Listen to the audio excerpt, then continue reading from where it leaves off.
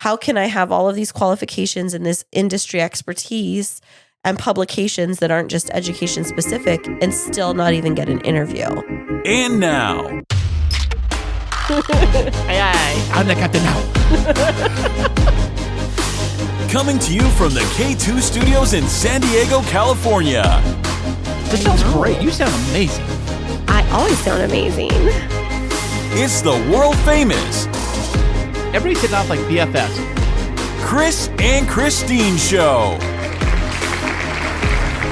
Hey, what's happening? How are you doing today? Thank you so much for being here, and I am Kris. And I'm Kristine, and welcome to episode 163 of the Kris and Kristine Show. Do-do-do-do. Oh, fantastic. It feels so good to be back in the captain's chair.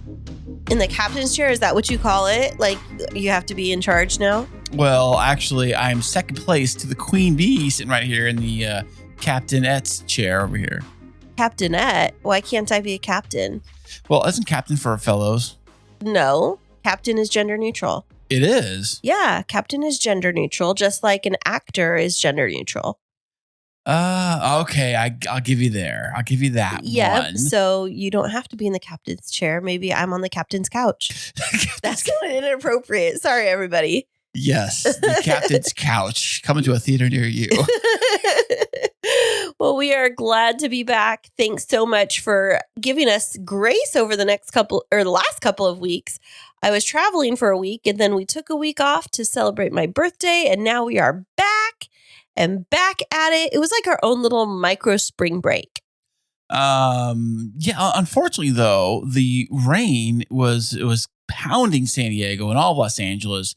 There wasn't much sunshine at all to be when I think of spring break. I think of like sunshine and margaritas and sandy beaches. Did you ever actually go on tequila spring break? shots and all that fun, fantastic Have you ever stuff. actually gone on a spring break trip? Yeah, I went to the beach. Yeah, I've gotten to the beach here, obviously. No, like spring break. Have you done spring break before? No, but I used to watch it on television. That's why you have these things. I used to watch all of those like documentaries of spring break Gone Wild, all the fun stuff like that, Documentaries, no funumentaries. Yeah, it might have been in the adult section of the video store, but Chris, anyways, family friendly podcast. I'm saying is that I used to love all those spring break Of course adventures, you did. and I was like, I gotta do that one of these days, So your only understanding of what spring break is from watching it through the television. Yeah, pretty much. Actually, that's how I watch all of my thing. That's how I learned so much about all these different cultures around the world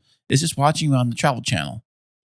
Well, those probably weren't on the Travel Channel. Let's be real. They're probably on MTV or something like that. In fact, a little fun fact, I remember one year in high school, they actually had the MTV Party Spring Break House. They did this big festival they did every year. And one year, they actually had it here at Mission Beach in San Diego. Yeah, I would believe that because spring break in San Diego could probably be a bit crazy, but it's probably even crazier like on the other side of the border. Oh, you mean in Tijuana? Like, what are you? You're being so weird today, Tijuana. Hey, go make fun of me now. Come on. Dude, you're ezy to make fun of. You're an easy target today. Well, I lob ball it up there. You just smack it out of the park. Oh my gosh. Speaking of making fun of, so it was so funny tonight. We were sitting at the dinner table having dessert. I made cherry pie. We were all sitting around. The boys were at the table. So the two littles plus Kris were at the table while I was scooping up some cherry pie and some ice cream. And oh my gosh, we were teasing Mason. It's, he was just being a goofball tonight. But here's what he was like really wanting to have a piece of cherry pie. And I was like, well, I'm going to have you taste it first before I cut you a slice because I want to make sure you like it so we don't end up wasting it. Because Mason is notoriously our super picky eater. Yeah, very picky eater. And we've been trying to work on that. But Kris, I gave him a scoop, like a little dollop of the cherry pie filling and like some little flakes of the pie crust on a spoon. And I just said like, here, take a bite of it. And he put it in his mouth and he like gave this like scrunched up old man, like grumpy old man face. Like he was absolutely disgusted with cherry pie. And he was like, ugh, ugh, this does not taste good. He didn't eat any of it at all? No. I He just didn't like gave it him at all? No, and here's the funny part. I was like, Mason, but you said you wanted to try it. Like, I don't understand. And he's like, well, I don't like cherries. And I was like, but it's cherry pie, Mason. And he's like, well, I thought it was going to taste like something different than cherries. And then Jacob and I were there and we started busting up laughing. And poor Mason, he like started to like tear up a little bit. But it was so funny in that moment because it's like literally cherry pie. And I went to give it to him. And then he was like, but I thought it was going to taste like something different. Like, you know how like pie sometimes tastes like different things. And I was like, apple pie tastes like apples, Mason. Chocolate pie tastes like chocolate. And he's like, well, I thought it would like taste different. So anyways, he got ice cream and whipped cream tonight. But that was so funny. I don't know what he thought it tastes like. I don't Gummy know bears either. and tricks, maybe. I have no idea. I don't know. Sour Patch Kids and Sunshine and Rainbows. I don't know. But you and him are both easy targets. I don't make fun of Mason typically, but Do I? yes, you do. Okay. I don't. Poor little feller. Well, you and Jacob definitely pick on him. I don't, but it was one of those moments, and then he started laughing too, and it was pretty funny. Yeah, you got to get him a flip around because when kids he gets very emotional, very upset. Like we all do. Like I do. Like you do. Everybody really gets really upset sometimes sometime one another. Not really. You don't. Yeah, I do. You get mad, on the but not inside. at like when you get teased. You just make fun of yourself even more. Yeah, I'm okay with that. That's fine. But yeah, you got to be able to like flip it around because I was afraid he was going to start crying, and I was like, oh, we got to get him to laugh too because it was a funny moment. It's like cherry pie. I don't know. You had to be there. I think kids do actually get over things fairly quickly when it comes to stuff like that. Fun little, jokes and fun stuff and, Yeah, I think they do. At least our kids do for sure. But yeah, we've just been spending time with the kiddos and they're all getting ready for spring break. I was up with Ezekiel last weekend and we had a really great time spending quality time together for my birthday. Yeah, Kristine had a birthday recently. Woo, woo. How old are you now? 27? 27. 27. Yep. How does it feel to be almost knocking on the door of 30? Yeah, 27 with an 18-year-old. The math doesn't make sense. Well, in some countries. You know, maybe. I'm just aging backwards. Isn't some countries I heard years ago that you get married when you're 10 years old? Is that true? Like some countries? Maybe there's Africa or something, maybe? I don't. Tribe? I'm not going to go there because I don't know, and I'm not going to say things that would come across as a stereotype because I'm not going to, and so we'll just kind of like. We're the gonna villagers, they get married when they're real young. Kris, we're gonna skip over that. We're not gonna stereotype. We're just gonna. I'm not just saying, No, I'm saying different strokes, different folks. Again, we're not gonna talk about that. You keep trying. We're not gonna talk about 10-year-old brides. It's just sad. It is very sad, So we're just gonna skip on over to the next topic. Or even 27-year-old brides who got married got 18-year-old kids. That's sad too. Like I said, I'm aging backwards, my gray hair. Hey, let me know when you hit 30 because I want to know what it's like when I hit 30. Mentally or physically? Well, I'm not quite there mentally, but physically. I would agree with that. As I get older, I realize that my bones feel like they're brittle, like brittle pieces of glass now. I don't know what it is. Oh, my Everything word. hurts when you get older. It's like you get older and you just go outside and play a little bit of basketball, and next thing you know, your shoulder hurts. Oh, your you're arm telling hurts. us from personal experience today, Kris, aren't you? Or you're going I'm going to go do some batting cage hitting the ball, and I'm going to swing the bat and hit the balls, and I'm going to check this out. This is going deep. Okay, you're speaking in code, so tell everybody what you did today. Well, because little Mason Jar, our youngest, is in baseball for Little League, I was thinking, you know what? In the backyard, the kids like to play baseball, but our backyard isn't very big. And when Kristine has What? Our backyard is very big. Okay, it's not. We live on a half an acre. Okay, it's not like we have a big field of space. We have a hill, we have a little grass area, and we got the Kristine Smith Designs workshop and the Kristine Smith Designs flower cooler.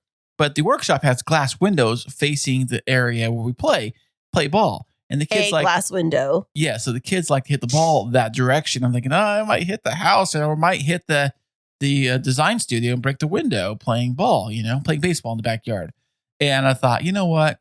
Mason really needs to work on his hitting form for his baseball. And I was like, where can I take him to go do some hitting or practice batting because he does the fielding fairly good. You know, he can play catch, he can catch the ball and catch, fly balls and things like that. When it comes up to bat, he's not as experienced as some of the other kids that are on this team.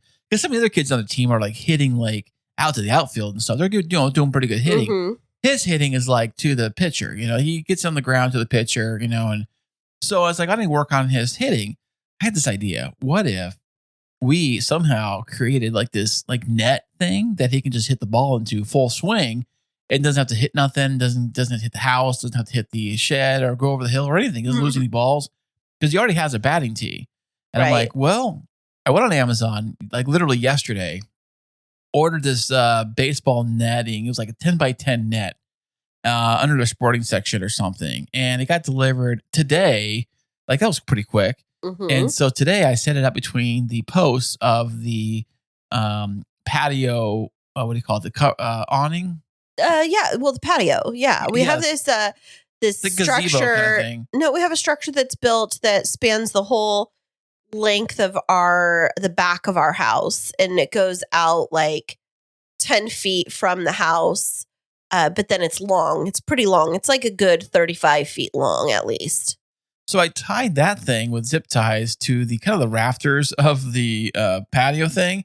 And it's kind of hanging down, tied to the bottom. So we were able to use it as a backstop for the balls. We hit the balls right into it. Yeah, it was pretty cool to be able to see Mason like set up his tee and practice off of the tee, like full swing without having to worry about like the house or the studio getting damaged. And he was having fun, but what we started off this conversation with was your old creaky bones. So why don't you tell our listeners what ended up happening once you got the net up and running? Of course, I got to start swinging into it too, And okay. I'm going to show you how it's done, Mason. No, it wasn't just that. It was your ex-wife came over to drop off Jacob or to pick up Jacob, and you go outside. Mason was batting, and you're like, oh, hey, you want to see me?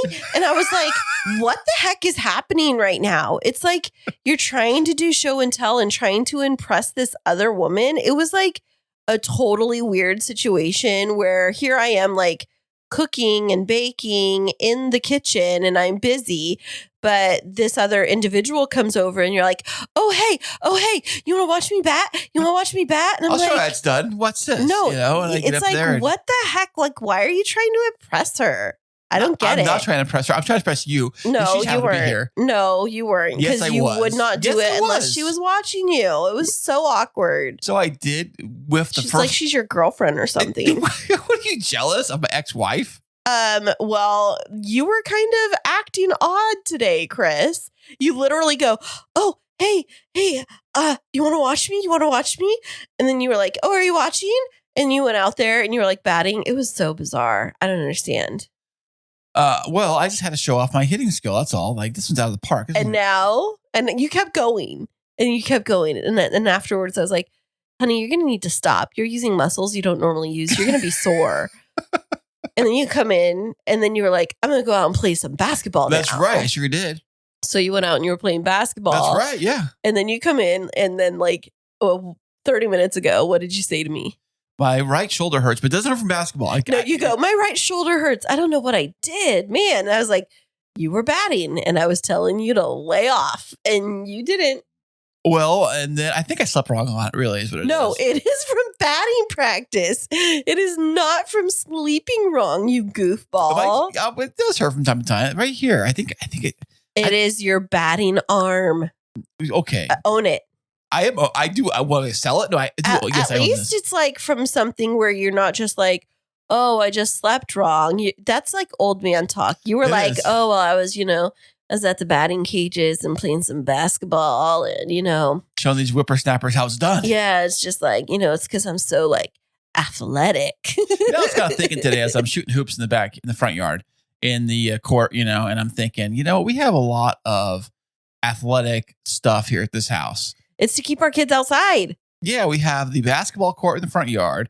We have now the batting cages, quote unquote, in the backyard. In the backyard. We have the hot tub, which the kids use as like their sauna.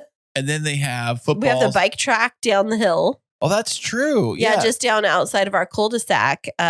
We have this, it's like right where our street opens up into is this dirt lot. It's surrounded by trees, but the neighborhood kids and their dads have made it into like a dirt bike track where they take their dirt bikes on these different like dirt jumps, but our kids love to take their bikes down there and try and like jump off of them and things like that. And it's not like dangerous or anything. They love it. Right. Well, the kids that usually go to use that area, motorcycles and motorbikes and things like that, but you can use like BMX style bikes and things like that. Have fun doing that. It's always great to have our kids like get off devices and do more of the outdoor stuff, the football stuff, the baseball stuff, the playing basketball in the front yard. Actually enjoy, hearing the basketball being dribbled in the front yard and him shooting hoops and stuff like that. And now I'll probably enjoy Mason hitting the bat and not worry about him. Oh, are you going to hit towards the house? Is that going to go over the fence? Is that going to go, So I used to buy him a lot of those wiffle balls because the wiffle balls are basically plastic balls that are hollow. They look like Swiss cheese. There's a bunch of holes in it. Yeah. So when it hits the air, it kind of slows down and they're plastic. They don't really hit the house very hard. It's funny is that he's been using his real baseball bat with those things. And guess what happens? What? They break in half. Oh, yeah. I could see that happening. They have so many dents and they're all broken, for those wiffle balls. And I was letting them play with those because if he hits them with a fence, whatever, or if they hit a house, doesn't break the house or break the window usually. But now that he has real baseballs. Oh, and also speaking of baseballs, because I want to make sure I help Mason play pretty good baseballs, I bought myself my very own baseball glove. Oh, because tell us more. I know. I said, I'm playing catch with Mason in the backyard. I'm saying, gosh, sign me up, coach. I can do this. Yeah. I can play. I can catch. Yeah, look at this. I haven't caught a baseball with a baseball glove since I was probably his age. I tell you that. Oh, that's so funny. Well, do you think that you're going to use that net for him to actually practice his throwing too? You could. I mean, theoretically, you can hit or throw anything into it. It would stop it. So, like, should he have a target though, so that he's like trying to be more precise? Because I think that's the thing with kids that are like younger is trying to get control over their body and like trying to focus on the hand-eye coordination so that it like gets to the place where they intended for it. I did see a backstop with pitcher. It's a pitcher backstop netting system they had at the sporting goods store where I bought my glove at. And what it did, it had a target right out on the thing and had like a fake like catcher with a fake glove. But the glove that would be cool. Had a target. And you're supposed to throw in the target for pitching and things like that. But yeah, I wasn't thinking so much for pitching, but he's like out in center field. And so like if he was to catch the ball, to be able to throw it that far, like how are you working with him on that? That's why I want to do the playing catch with him. And we've been playing catch, from one side of the yard, the other side of the yard. And I throw the ball a little too hard to him than he's usually used to with the other kids throwing the ball to him. But it seemed like a normal pace to me, but he was catching him pretty good for the most part. So I think that our front yard is a little bit longer. If you were to go along the white fence in the front grassy part, maybe you could do some like playing catch out there too. But I mean, the bottom line is I love that you're getting outside with the kids and you're getting out from behind your devices because let's be honest, it's like father like sons. No, I don't consume content. I create it, baby. No, you consume a mass amount of content. Maybe YouTube in the bathroom. But, Well, all the time. But I do love seeing you get out from behind the screens and you and the kids doing things and things like that. But what else has been new with you in terms of work, career, all of those kinds of things? Work's been going strong. Work in the rain is horrible, honestly. Yeah. And I always kind of wish I had a nice, cushy, warm, and fuzzy office job that I could just be inside. And the hardest part of your day is walking with your umbrella to your car. Or in some people's case, walking to their parking garage, which is not in the rain at all, and then driving the dreaded drive home to your house. That sounds wonderful if you ask me, but no, I have to work rain or shine, 24/7, 365, and all kinds of weather conditions. Yeah. And this rain in San Diego, it's actually I did hear that we've had more rain in Southern California than Seattle has had this year. Yeah, definitely. Well, I was thinking about you last week while you were at work and especially with all of the rain. And I was thinking like, how it would be just the ideal time to be able to just say to you, like, Kris, quit your job. But we're not at that point. Whoa, what'd you say? I'm listening now. What? No, I said we're not at that point yet. But, with all of the rain and everything, it did make me think about like your career. And if ever you did want to make a career move, like what would we need to do to help you prepare for that? And coming up on this week's episode, we have a fantastic guest who's going to be talking with us about how to prepare for that next step in your career. Make sure that you're putting your best foot forward. And we're going to be back with her right after this. Enjoy listening to podcasts and ever wonder, can I make a podcast? But it seems so complicated, and good audio production can take time. What if there was a way to create an amazing podcast easily? Well, now there is. Introducing Podcasting Made Easy from Podtastic Audio. My production team will handle your entire audio production, allowing you to be the star of your show. This is Podcasting Made Easy. How easy? Well, so easy, you don't even have to press record. Now that's easy. Your listeners are waiting. Let's deliver. Sign up for a free strategy call today at podtasticaudio.com/easy. And welcome back, everybody. Today we have another fantastic VIP guest. She is a career coach and the owner of CareerTuners.com. Welcome to the show, Fatemah Mirza. Thank you so much. Thank you so much for that warm intro. Well, we're so excited to have you on the show. Where in the world are you joining us from today? Today I am in Irvine, California. It's like 50 miles inland of LA. Irvine, that's up the road from us. Right. We're based in San Diego, so we're just a stone's throw away. That's awesome. Yeah, just the 15 south, and I'll be with you guys. Well, we appreciate you being here on the show today. Kris and I have been really looking forward to this interview because you are a career coach, and we're going to get into that in just a little bit.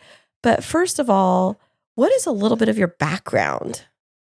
Sure. So I started Career Tuners after helping a few friends of mine with their applications and realizing that there was I know my friends. They're so brilliant. I went to school with a few of them, so I knew they were very, very capable. I knew all about their background.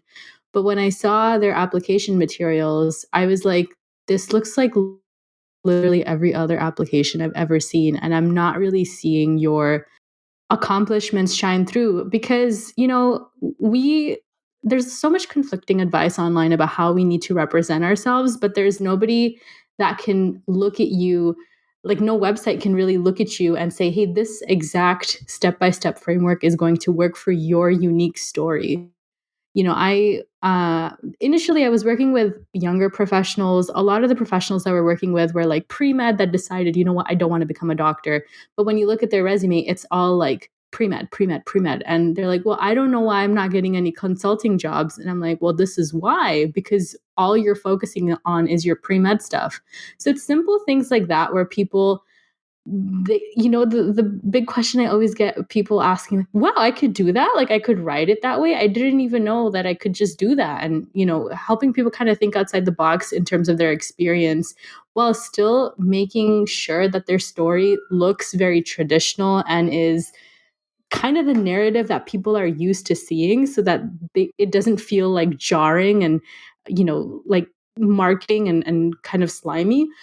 That's me because it's just about giving people that confidence to tell their story in a way that resonates more with whoever they're telling it to, whether it's the interviewer, their boss, if they're positioning themselves for a promotion, even their team, if they're trying to make their projects go more smoothly.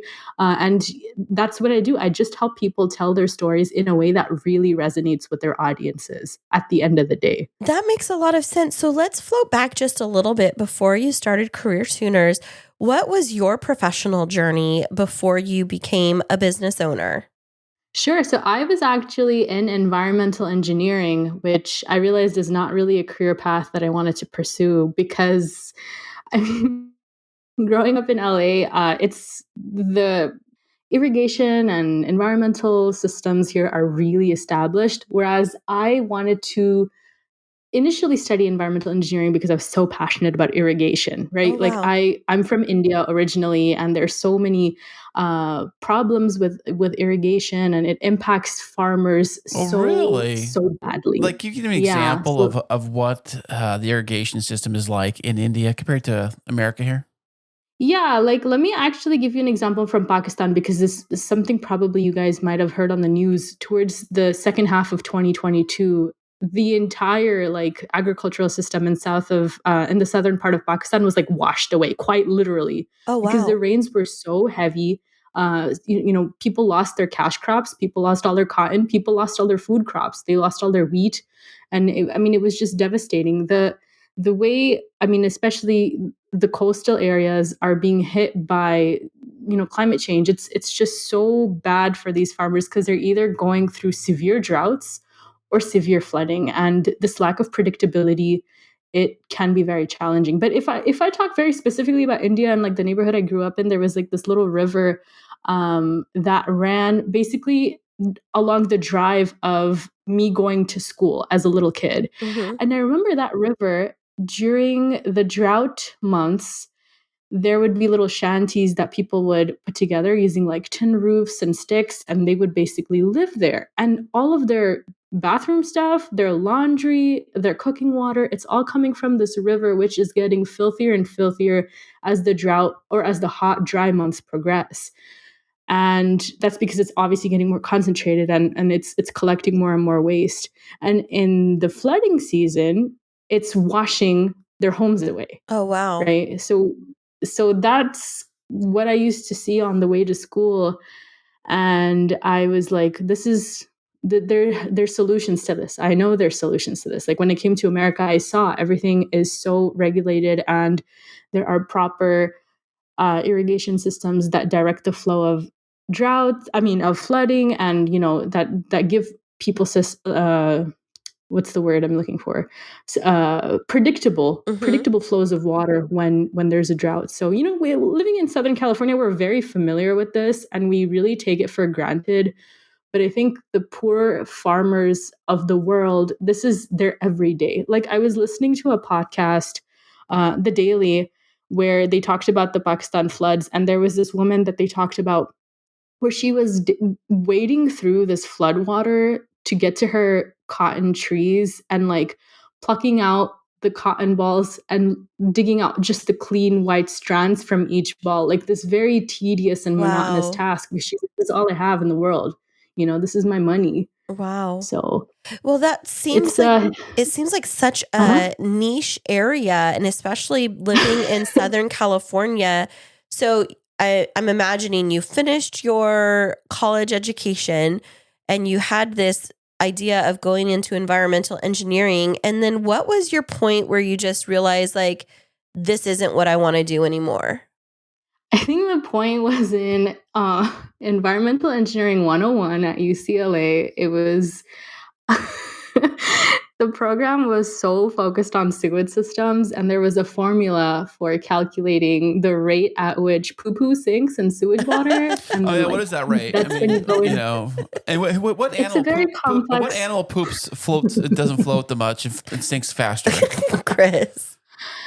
Yeah, there's all these processing things you have to do. And I was like, okay, I don't know about this. And then later we had a field trip, and I was like, oh my God, I don't know if I can smell this every day. And the teacher was like, Fatemah, if you leave, I am giving you a B. And I was like, girl, I don't care. I'm leaving. Like, give me that B. Like, I'm out of here. And I would just, I kept doing it for a while, and I kept trying to stick with it. But when I always really loved people, and like listening to their stories and helping them on, decide how they want to brand themselves, and how, what career paths might be good for them. I love doing that research and really figuring out who that person is, what their passions are, how can we make it make sense in this very broken and cookie cutter type HR system that we're in. That is the modern reality.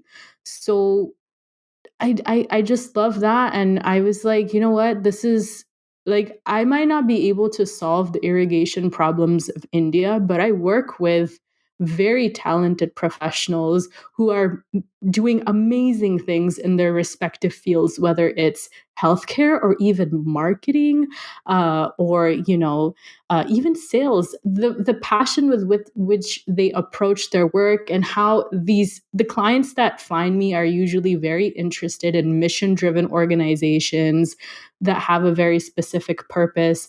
They feel good about going to work because they know that even if they are in a field that isn't really thought of as being like, changing the world for the good, they are working for companies that are, and using that passion, they do move the needle. And I'm not going to be cleaning up the water of India anytime soon. I'm not going to be solving the water crisis there anytime soon.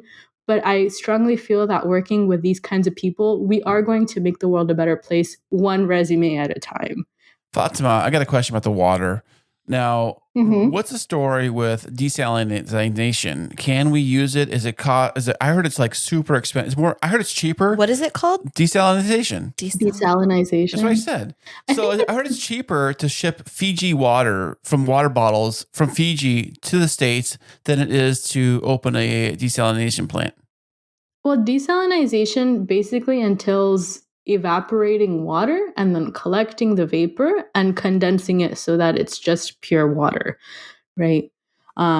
What that takes is a lot of fuel. So it's sustainable in countries like the United Arab Emirates and the Gulf states, because they have a huge supply of petroleum and they can burn that in order to get to their water, because that's I don't know. Is gasoline cheaper than water? And I don't know. Maybe it might be. You know what? But that's It's so funny you asked that. I have a friend that lives in Kuwait, and they were just talking to me about how the price of gasoline is so expensive right now that it's like 50 cents a gallon. And I was like, what? That's not expensive. But in their currency, it's probably higher. No, right? no. They were just saying that it's actually like that's expensive for them. I heard a rumor that if you live on the coast, why not just turn all the ocean water into drinking water and you're good to go?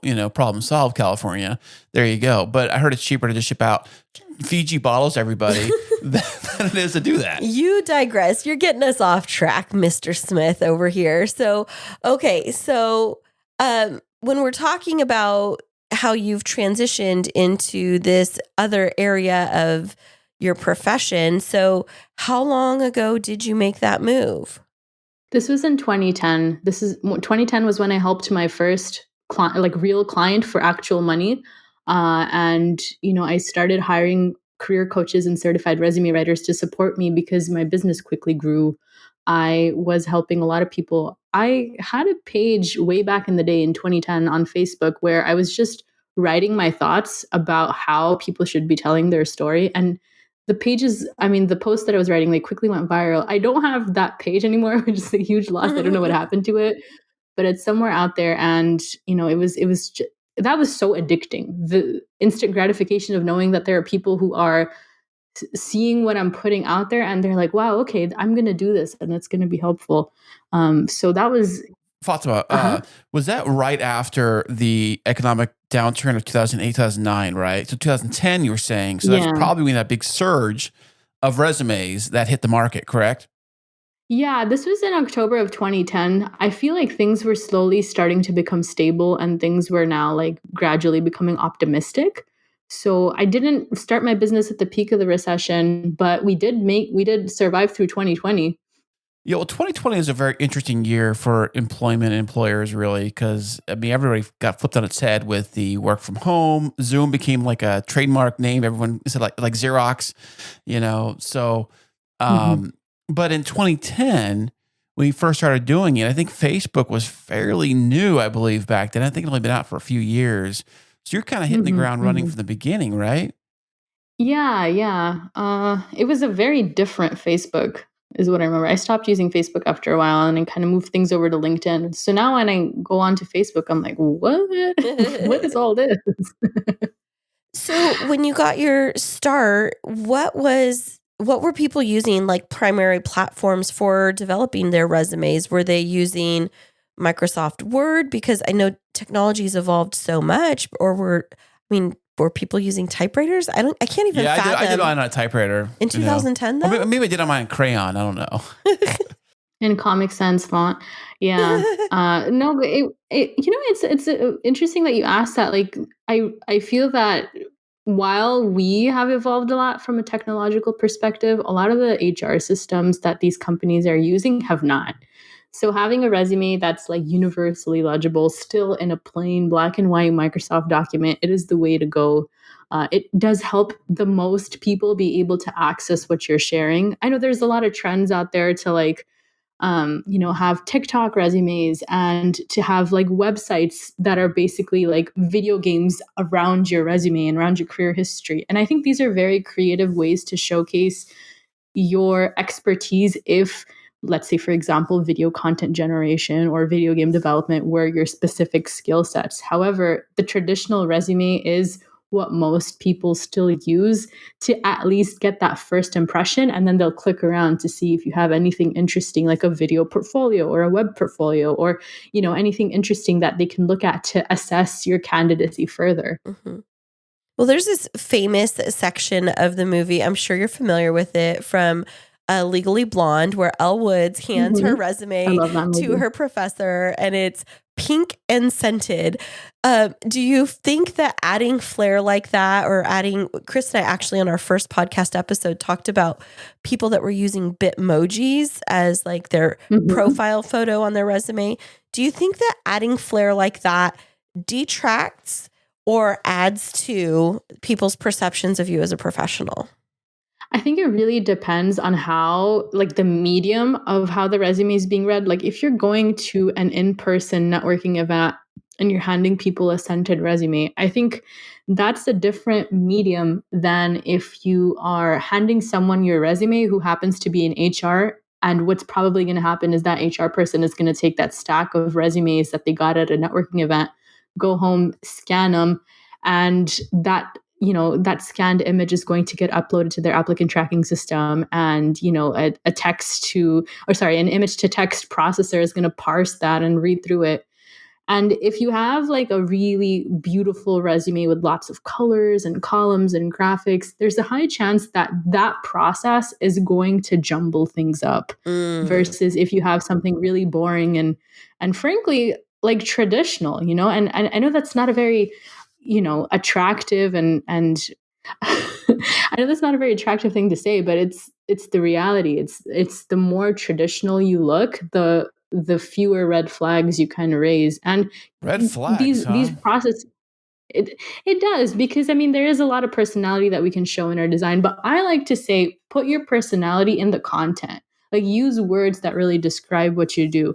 If it makes you feel good, add a 1-line bio at the end of your resume that shows, for example, your hobbies. And this is actually a piece of advice that I gave a client recently who, he was like, look, I know I'm 65, but I feel 45 and I want a job that reflects that.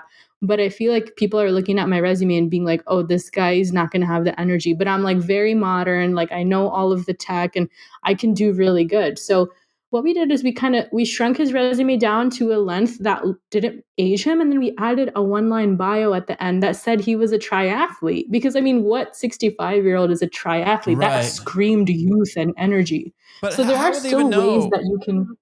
How would someone even know your age on a resume?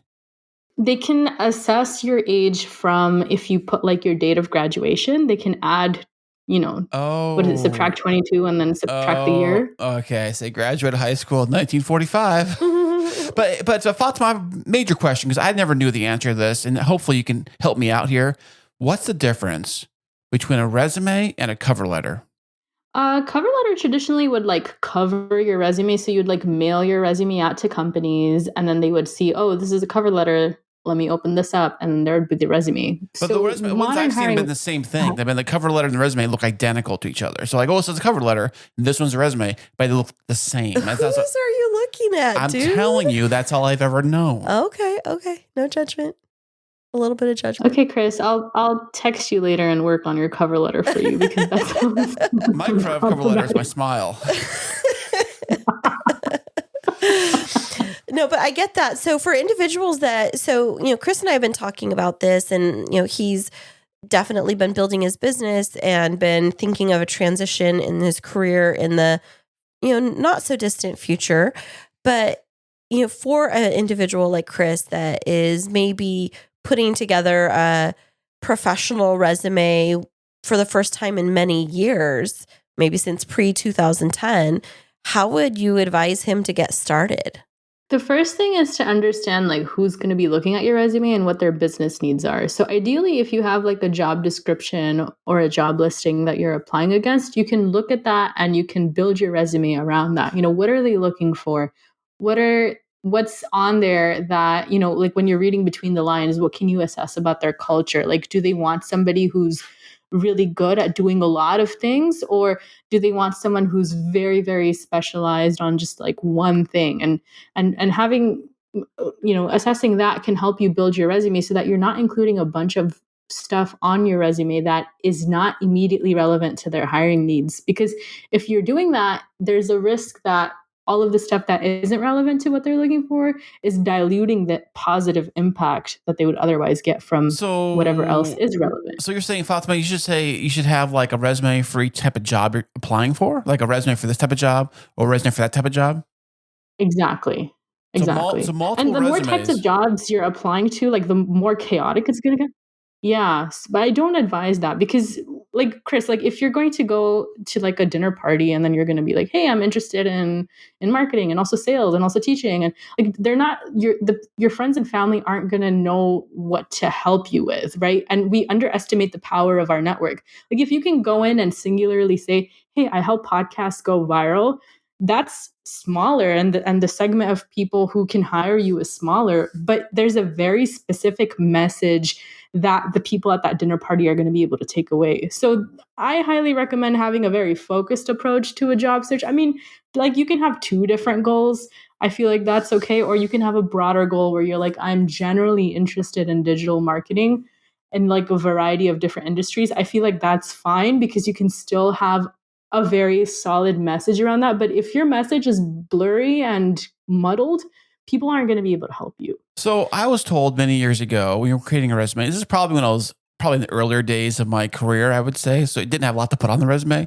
I had enough, but I heard that it always has to be one page. Now, what are your thoughts on that? Mhm.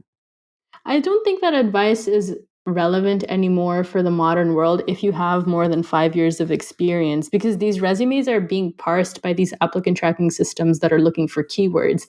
And if you have like 30 years of experience and you're jamming it all into one page, all it's going to get from that is basically your job titles, especially if you've moved around a lot. So, giving yourself the wiggle room to go to 2 pages allows you to talk a little bit more about what you have to offer. But with that being said, that first page has to be really interesting so that they go on to read the second page. You want the resume to be very attractive to not just the person who's reading the resume, but also the applicant tracking system. Like you want it to be optimized for that process as well. Oh, really? Like Google, what do you call it? Is it like AI? Yeah, exactly. Some applicant tracking systems do have a bit of AI and natural language processing built in, but most of them kind of work like Google, exactly like a search engine where they're taking this page and they're summarizing it into a little blurb, and based on the search query, they're going to rank you. So if someone's looking for, say, like podcast marketing, and your resume has that in your job title, it's likely to come up compared to if someone just has that like buried into one of their volunteer experience sections or something. So it does know where to look at their resume, and then it will rank you based on that and based on how many relevances it can pull between the search query and what you have on there. So Fatemah, I have an important question. So let's just say I created my resume. I printed it out on not scented paper, the regular paper, and it looks fantastic, simple black and white and all. It looks great, right? And you worked on it. And I take it to the company I want to drop it off at. I want to work here. I drop it off. Where does it go and what do they do when they see it? Most companies actually don't take physical resumes, but Yeah. if you do happen to find an HR person that's going to take a physical resume, they are probably going to scan it and upload it into their system just so that they can make sorting through all of those resumes easier. Because there's a lot of pressure on these guys to fill a lot of roles, so they're trying to save their own time, and they're going to use technology to save whatever time they can.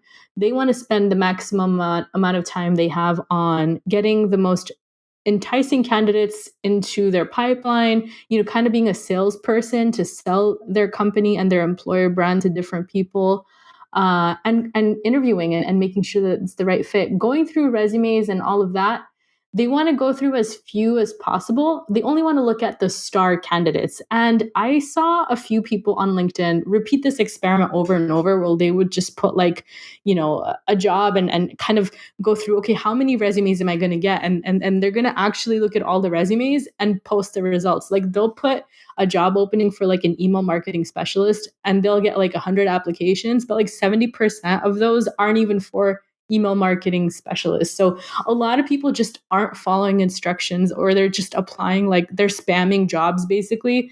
And these technologies are critical for an HR person to be able to do their job well.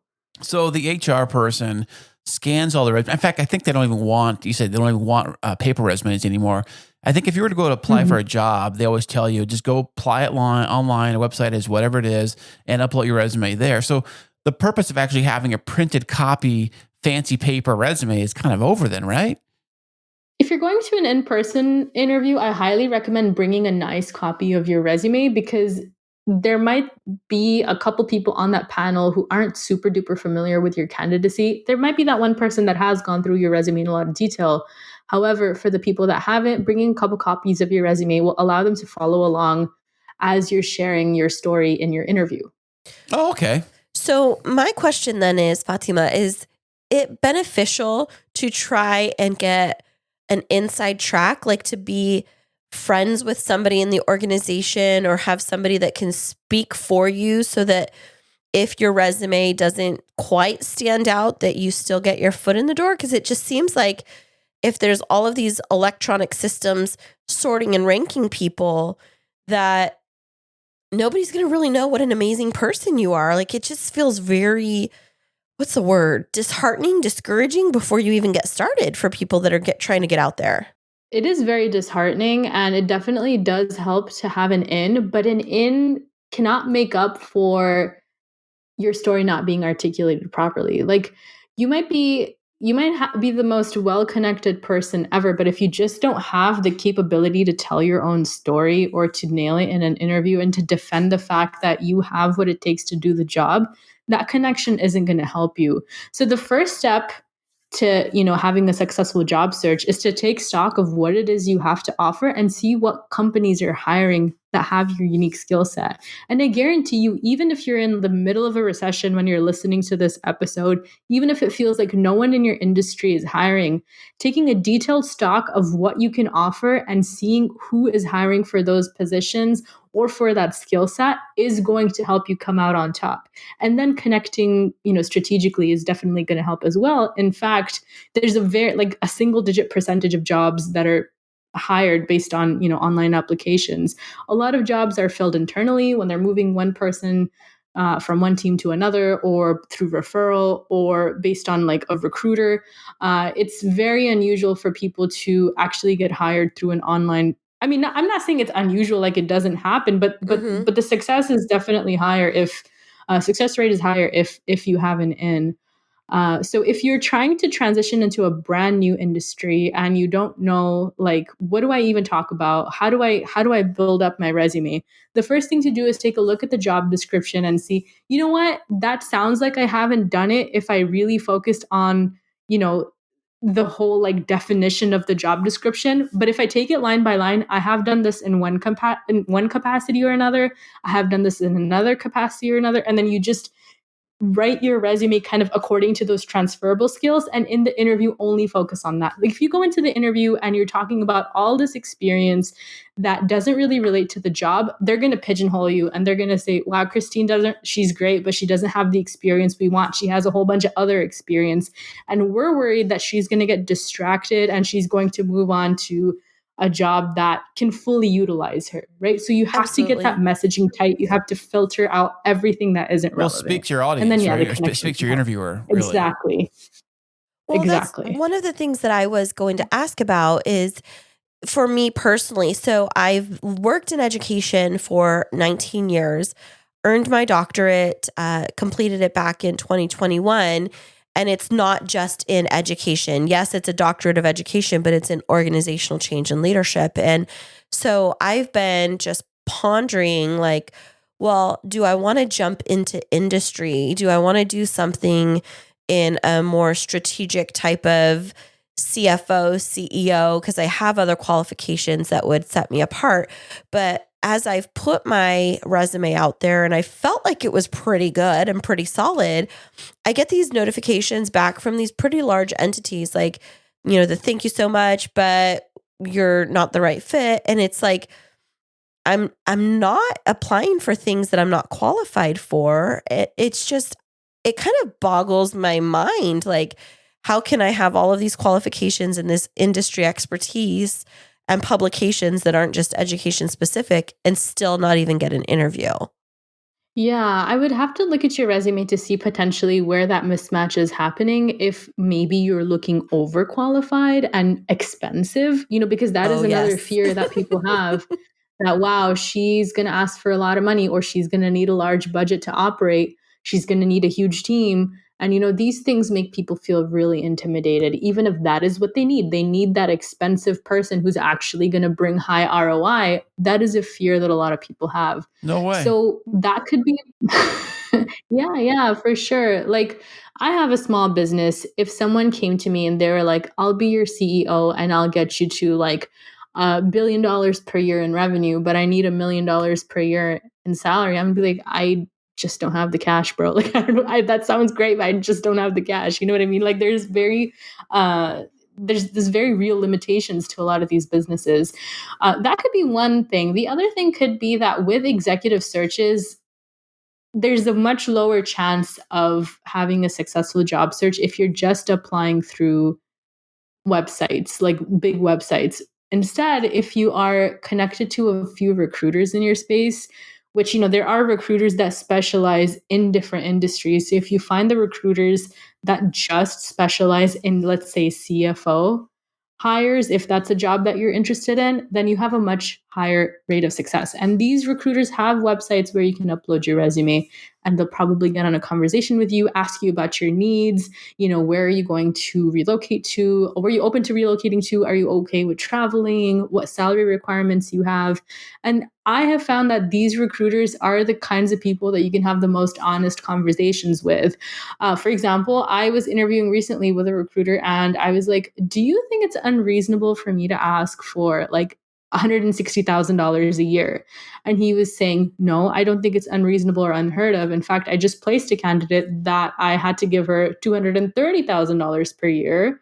And the thing that separates her from you is that she has a master's in this field and she has this many years of experience, blah, blah, blah. So it can help you make an educated decision on, okay, this is the career path I need to follow if I need to get to this salary level or to a job that, meets my work-life balance goals or whatever your priority is.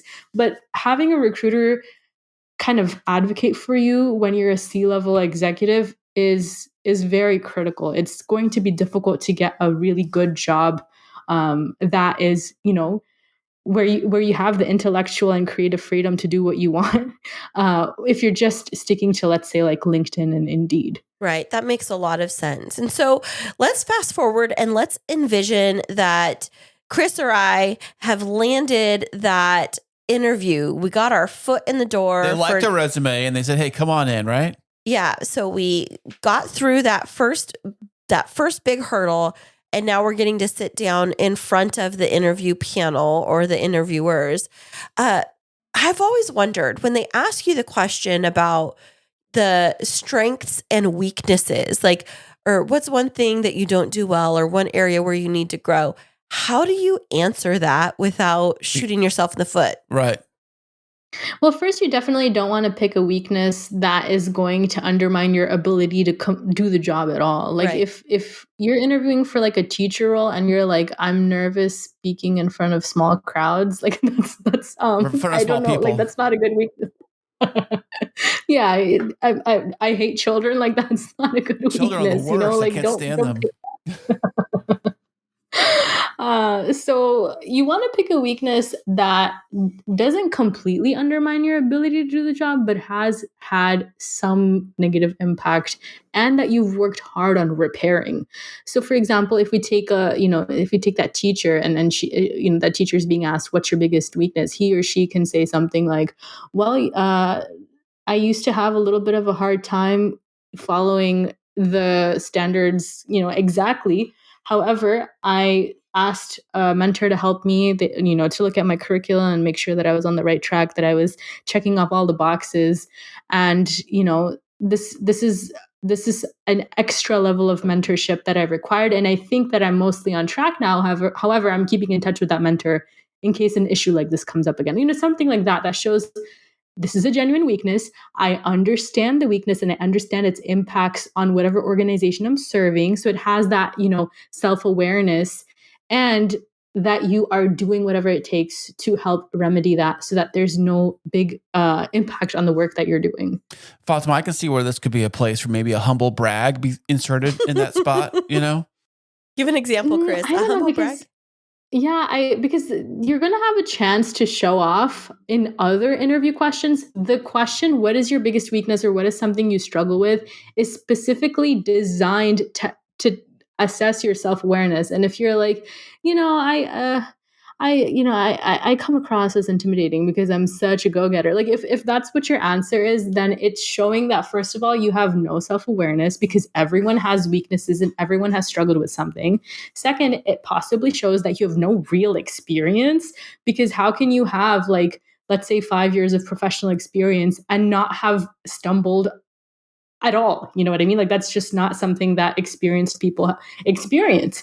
And then it also shows that maybe you're not really a fun person to work with, because if you're just gonna, kind of be bragging the entire interview and not take a minute to reflect and think about the potential things that you could be improving, it shows that you don't take criticism very well, and you're probably not a good person to work with. Sorry. Yeah, but what about, if you're there for the interview, aren't you supposed to be, in theory, selling yourself to the company? Like, you want to sell you to work there. They want to like you and all the things you bring to the table, right? Right. So answering that question in the format that I shared, where you're showing self-awareness, all of that is actually showing a strength. That self-awareness is a strength that is critical to succeed in that job. The strengths aren't just, I'm so awesome, I'm so great, look at me, and I have big biceps on top of that. It's just, I can do the job, which means teamwork, self-awareness, being able to problem solve, being able to take constructive feedback. And that question allows you to work in all of those strengths. And so that's just like a delicate balance, where I've heard some of my coworkers that have been going for promotions is like, they'll sit down for the interview and they want to share about what they've done, but they have a hard time actually taking credit for what they've done, and they want to attribute it to the team. And so I think it seems like there's this delicate balance between asserting what you've done and not being conceited and cocky. And so how does an individual find that balance in an interview setting? I think it really depends on the role and the culture that you are, that you at the company that you're interviewing with. Because if you're in like a sales position and you're just saying we, like, it's not going to be, that interview isn't going to go as well as if you said, I exceeded my quota, I followed the roadmap, or I developed the roadmap, I penetrated these territories. If you kind of, feel nervous about using that kind of language, you can say something like, with the help of my team, I was able to secure this big deal, but I was the person who was kind of the face of this deal, or the face of the company. In some roles, having a bit of a we, like more we than I, is going to look better. For example, if you are, let's say, a team leader, like a very hands-on management type of person, where you're interviewing for more of the same, talking more about, how you nurtured your team to perform, and how you developed a culture where everyone felt like they could contribute, and how you helped people feel heard, and how you had a flexible and open door policy. Those kinds of things are going to work better. So it really all boils down to doing your research on the company and the role and kind of reading between the lines. If the language on that job listing is like, we want you to nurture a team of high performers, or talent is really important to us, then you know that talking a little bit more about your team and how you help them grow is more important, versus if the language is like, we're a team of, hard workers and hard partiers, or work hard, play hard, like if Yeah. that's Oh the yeah, kind of I can manage that team, no problem.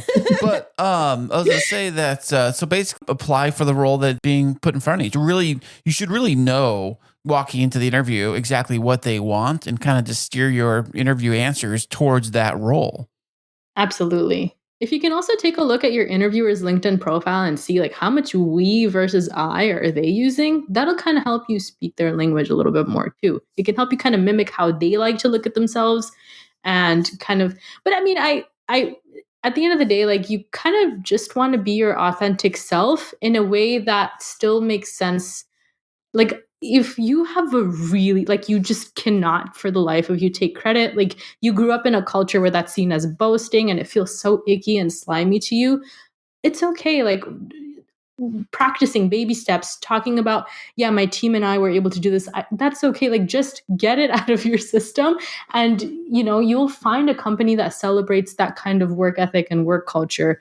And if you're the kind of person that's like, no, I'm a lone wolf, I bring success to the team, I'm the star of the show, you will find a culture that celebrates that. So I think, the interview is a two-way street. You shouldn't have to really completely change your personality in order to succeed there. A little bit of flexibility in your answers goes a long way, but if you're totally fake in the interview, you might get a job that you don't even want. Yeah, you true. know? Or what if you fake it till you make it and you get to a job that, like, you fake the interview, you fake the whole thing, you're totally underqualified for the job? Does that happen too?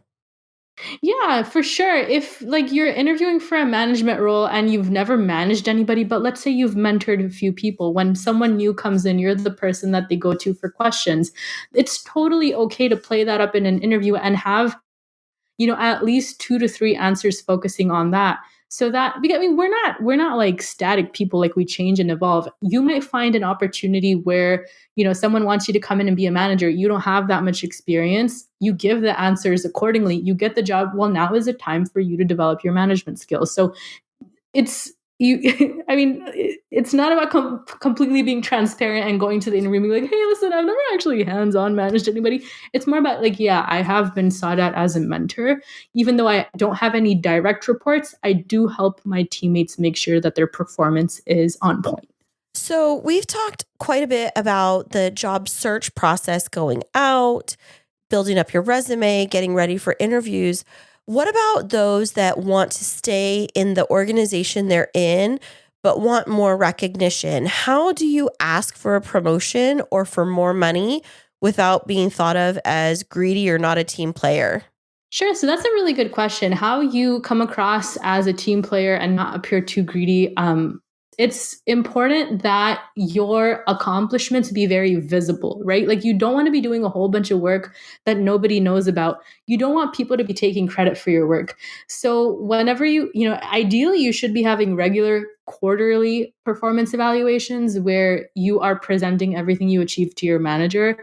And if that's not happening, you need to manage that yourself. Like you need to have monthly calls with your manager where you're sending an email to your manager. If you want to set something like this up, this is how I would approach it. I would send my manager an email and I would say, hey, can I have 20 minutes of your time to discuss my performance and to discuss some of the projects that I've been working on to see if I'm on the right track and if there's anything else that I could be improving. So in those meetings, you would say, so this is what I have achieved in this past period, in this past month, past quarter, past year, whatever. Is there anything specific that you'd like me to work on in the next period? Can we put together like a SMART goal so that we're both on the same page about what it is that I exactly need to achieve? What are your biggest headaches right now that you wish someone would come in and solve? You're having these brainstorming sessions to see that, to see if there's any potential for further growth, but at the same time, you're reiterating the value that you've already brought. So that's step one. And then step two is once you're, completely sure that, first of all, your manager takes you as a serious worker and they like you and they feel that you are a good contributor to the team. The second step is to ask for a promotion or a raise.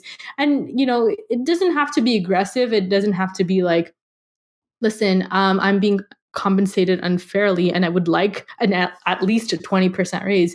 It can be something like, hey, I've achieved a lot in the past quarter. This entailed really stretching my capabilities. And, my research shows that the market rate of this role is a little bit higher than what I'm currently being compensated. Is compensation something that we can potentially have a conversation about? Something very soft like that. Doing at least, like, if you're the kind of person that gets so nervous about talking about money and asking for a raise, doing that should not feel too confrontational, because you're just asking for permission to have a conversation, and then you're going to see what else is on the table that you can have. So if they say like, no, we don't have the budget for any raises this year, well, if a raise is really important to you, perhaps it's time for you to look for a job externally. Or if you love the company and you're like, it's okay, don't just walk away feeling dejected. Say, okay, what else can I have? Like, can I have a bonus? Can I have more time off? Can I have, work from home? Can I have, some flexibility in my schedule? Whatever it is that you want. Some companies will even pay for your gym membership, or what are the perks that you are not currently utilizing? See if you can negotiate for that, and don't leave anything on the table. And if you're just at a company where the culture is just really bad and they're just not rewarding top performers monetarily, which is so important, please start applying and at least get the confidence, because you might currently be making some, let's say $80,000 per year. If you start interviewing for positions that pay, let's say $100,000 a year, this gives you the confidence that there is something out there that could fit my skill set, and that, people are willing to pay for someone like me. Even if that interview doesn't work out, or maybe you don't like the company and you decide not to move, at least that confidence will help you see what else could be out there that would make you financially happy. Absolutely. This information has been incredibly helpful. And so, can you tell us a little bit more about the resources that you have available for our listeners, as well as the services that you provide through your company that they might be seeking out? Absolutely. So I help people with their resumes, with their LinkedIns and cover letters. I help prepare them for interviews to negotiate for higher pay. And I also apply to jobs for people and coach them on how they can make sure they are doing the projects that executives have an eye on that would allow them to position themselves for a promotion. Like, if you're at a job and you're like, I love this job, however, I want a promotion, or I want projects that that I can add to my resume that look really good, and you're just not able to have those kinds of conversations, or you're just struggling with tasks and you don't have like the creative freedom to really achieve a lot, that's something that I can coach you on as well. So if you'd like to get in touch with me, you can go to careertuners.com, and I have a bunch of free resources at careertuners.com/podcasts. Like, at the end of 2022, I revamped all of our free resources, which entailed surveying more than 3,000 recruiters on what they like and dislike about candidates. And it also entailed interviewing a bunch of managers about who they're promoting and why. So I boil that down into a couple of cheat sheets that that would be really helpful to anybody who's looking for a job. I put together a resume that helps somebody double the salary that they were initially being offered. That's in like an annotated cheat sheet called my salary doubling resume cheat sheet, which you can grab at careertuners.com/podcast. You can grab my cover letter template for free, my templates on asking for a raise, and countering when someone gives you a really lowball offer without risking the offer itself, and a bunch of other great stuff that you can grab at careertuners.com/podcasts. Fantastic. That sounds really amazing. And everything that you've listed feeds into these things in my head that I've always wondered about how to do, but never quite knew how to accomplish. Like, if you go out and you get a job offer and you know that it's a low ball, how do you come back and politely request for more without them saying, we don't want you to work for us? So it sounds like you have some really great resources. And so we really appreciate you being on the show, Fatemah. Any last words of wisdom for our listeners? Yeah, surround yourself by people that are doing the kind of work and are being compensated just like you want. If you are, if you know that you're worth more and that you'd like to do more, find mentors and friends in that space so that that becomes normalized for you, hearing all of those successes constantly.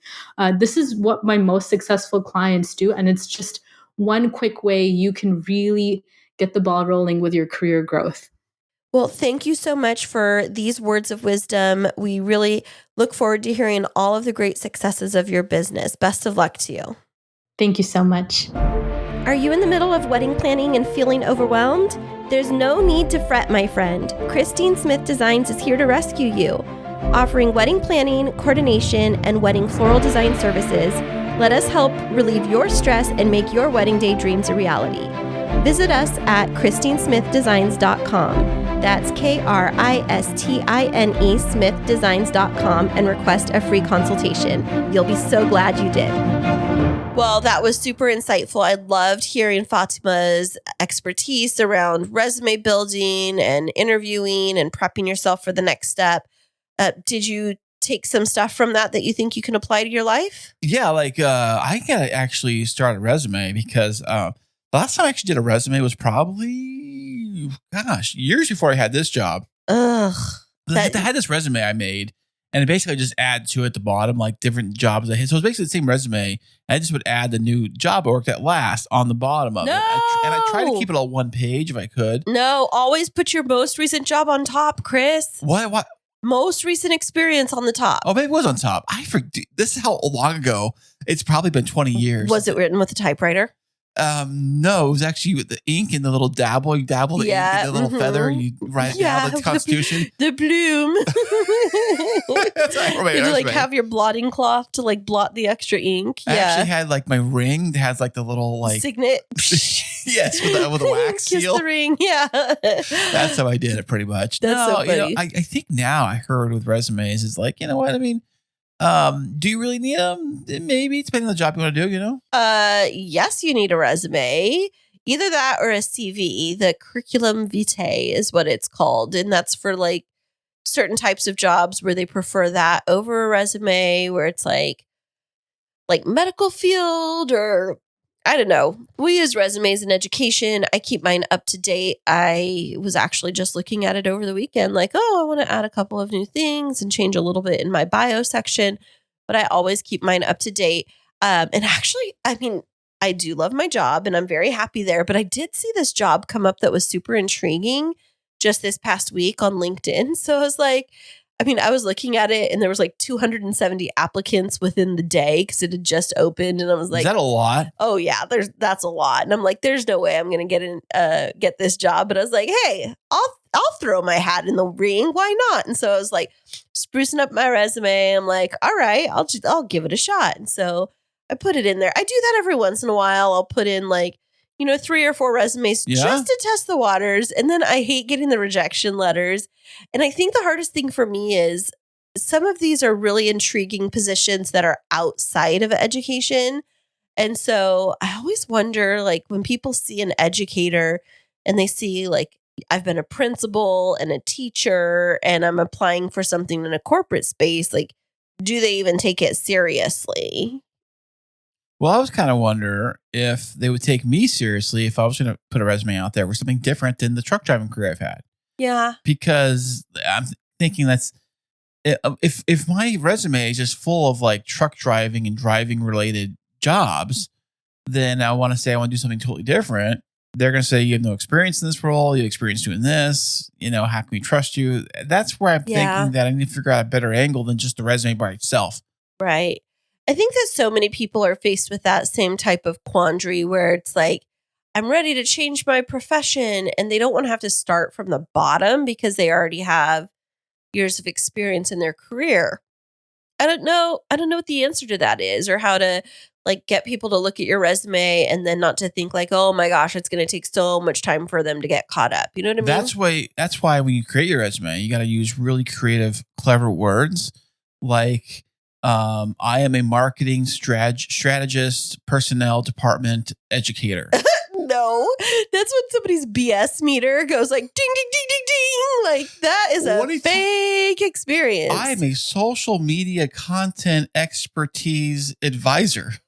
You're just just coming up with stuff. Or I would like to see you build a fake resume. I want to see what titles you come up with. That's what you should do is you should create a fake resume. Well, create a resume where you inflate your experiences and see what it looks like. I was the CEO of Doritos. No, like I was I worked the marketing department of Coca-Cola. No. I mean like taking your experiences but changing the title so that it sounds fancier. So like right now, you just say to people, "Oh, I'm a truck driver," and you were like, and I say, "Oh, that you're in the what do I say? Fuel transport." I said already. Yeah. Well, okay. So then, what else would it be? Raw energy.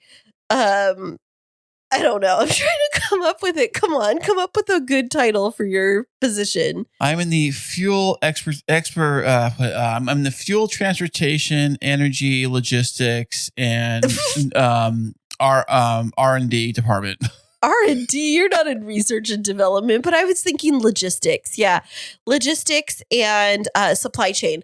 Oh, that's what we could say. You're in fuel transportation, logistics, and supply chain management.